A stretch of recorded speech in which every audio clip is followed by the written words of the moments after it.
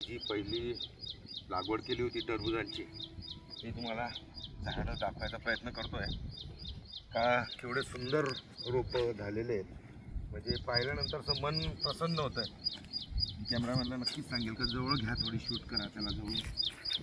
Organic जैविक रासायनिकचा कोणताच प्रकार नाही. हे रासायनिक द्यायचं नाही.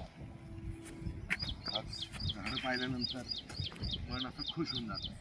आणि हे मोसंबी पहा, कारण की तिकडे भरपूर पाणी थांबलं होतं. हा प्लॉट नंबर 1 आहे. आता झाड पाहिल्यानंतर प्रत्येक शेतकऱ्यालाही वाटेल काय 40 रुपयामध्ये जुलै 28-27 जुलैची लागवड केलेली आहे या झाडांची बेड तयार करून. म्हणजे पाहिल्यानंतर असं मन खुश होऊन जातं का काय करू. किती सुंदर आहे झाडांची क्वालिटी. बायोरिच आपण देतो याला, कोणतंच मटेरियल तर नाही, फक्त ऑर्गॅनिकमध्ये. आणि जे टरबूजांचं दुसऱ्या रोमध्ये पण दाखवायला प्रयत्न करतो मी कशा पद्धतीने आहे. आणि चांगलं विचार करून जर केलं तर नक्कीच पैसा मिळेल. मला तरी असं वाटतं. म्हणजे झाडांची क्वालिटी पाहिल्यानंतर कोणालाही असं वाटेल का नाही खरंच. आणि थोडंसं प्रयोग तर आता आपण करायलाच पाहिजे. काही ना काही माध्यम निवडायला पाहिजे.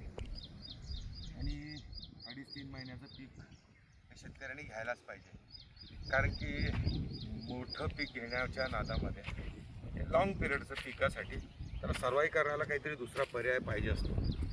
आता हे जर टरबूज छान आलं तर नक्कीच लागलेला खर्च काही प्रमाणात हातात येईल. हाच आपला त्याच्यामागे दृष्टिकोन आहे. आणि आज आता हे 4 पान 6 पानावर पडलेलं आहे. म्हणजे तुम्ही पहा एवढं सुंदर आहे. मग कशाला आपण रोपांच्या भानगडीत पडायचं. जर बियांमधूनच जर एवढं चांगलं जर्मिनेशन आहे तर मग आपण हेच करावं, माझी इच्छा आहे. आणि हे सातत्याने टाकत राहणार आहे. 2-2.5-3 वर्ष जोपर्यंत मोसंबी येणार नाही तोपर्यंत आपण टरबूज, खरबूज हेच पिकं घेणार आहेत. कारण की ते 90 दिवसात 60 दिवसात सांगतात, पण ते रोप आल्यानंतर 60 दिवस 65 दिवसात येत असेल.